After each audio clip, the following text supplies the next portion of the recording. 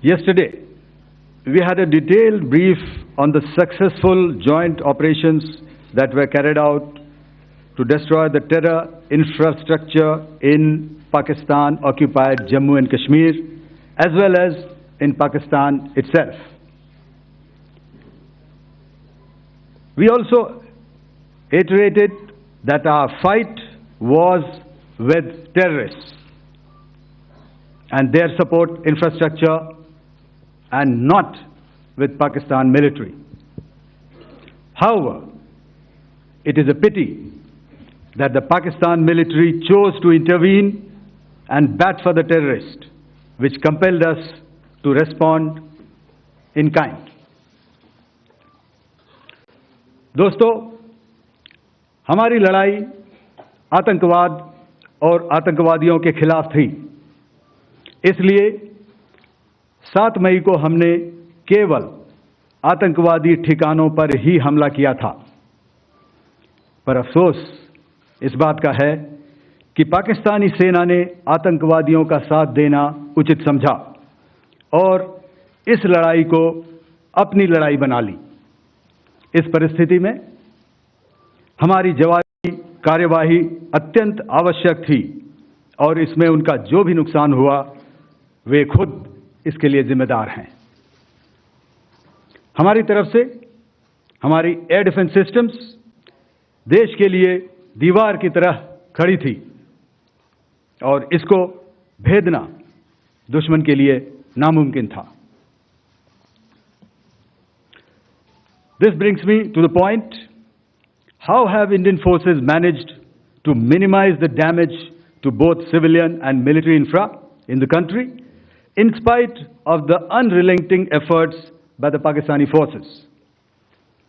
Most of you and the majority populace within the country have had a lot to say about the layered and integrated air defense systems put in place by the Indian Armed Forces, which includes the assets of the Indian Army, the Indian Navy, in addition to the primary air defense assets of the Indian Air Force.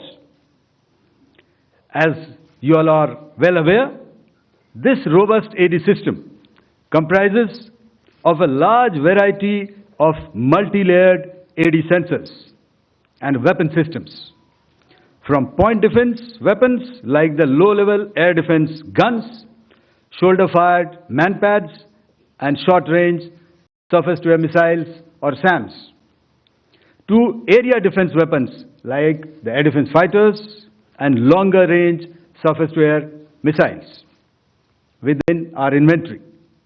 Additionally, the numerous waves of drones and unmanned combat aerial vehicles employed by Pakistan were also thwarted by the indigenously developed soft and hard kill counter-US systems and the well-trained Indian air defense personnel.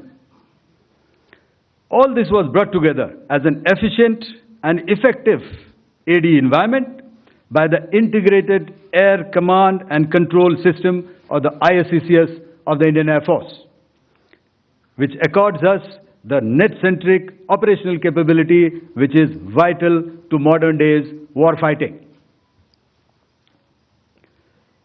While much has been said and written about the newer systems, I would like to place on record the performance and efficacy demonstrated by even the older battle-proven AD systems like the Pechora, the OSA AK, and the LLAD guns in countering the Pakistani threat vectors in the current operations. They were all modern generations, but these battle-proven systems stood the test of time and took them on head-on. Another highlight has been the stellar performance of the indigenous air defense weapon system like the Akash system.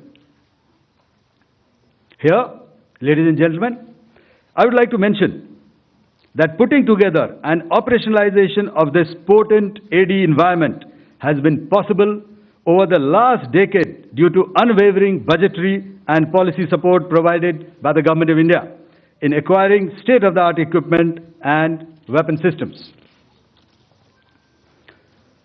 Some of the results achieved in countering the enemy threat vectors over the last week are now being shown on the screen. Shown on the screen is the probable enemy PL-15 missile, which is of Chinese origin. This missile has missed its target, and you can see the pieces now which are available with us. Another weapon system or weapon which was found was the long-range rocket, the pieces of which you can now see on the screen. We have talked about the loiter munitions and the unmanned aerial systems, and here are some of the glimpses of those systems which we have brought down. To your right, with the right undercarriage or the wheel, you can see is the Yeeha system, which is of Chinese origin with Pakistan. You can see some quadcopters, and you can see one odd Sonka drone hanging by the wire. All these have been brought down by our trained crew and air defense systems.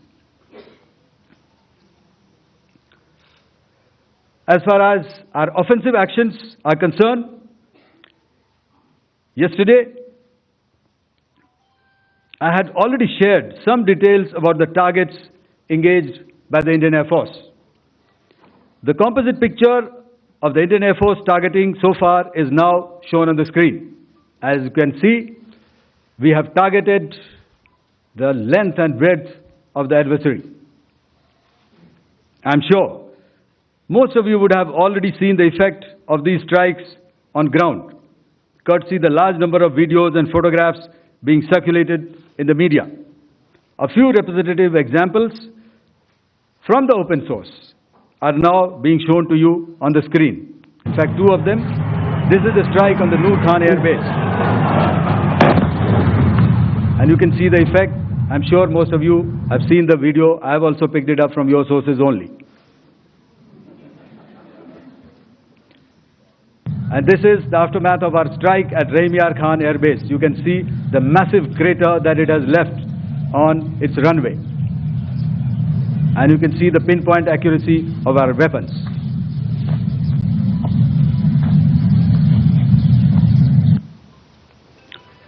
So with that, giving you an overview of how our air defense systems have thwarted the enemy drones, their fighter aircraft, their missiles, and resulted in minimal losses on our side.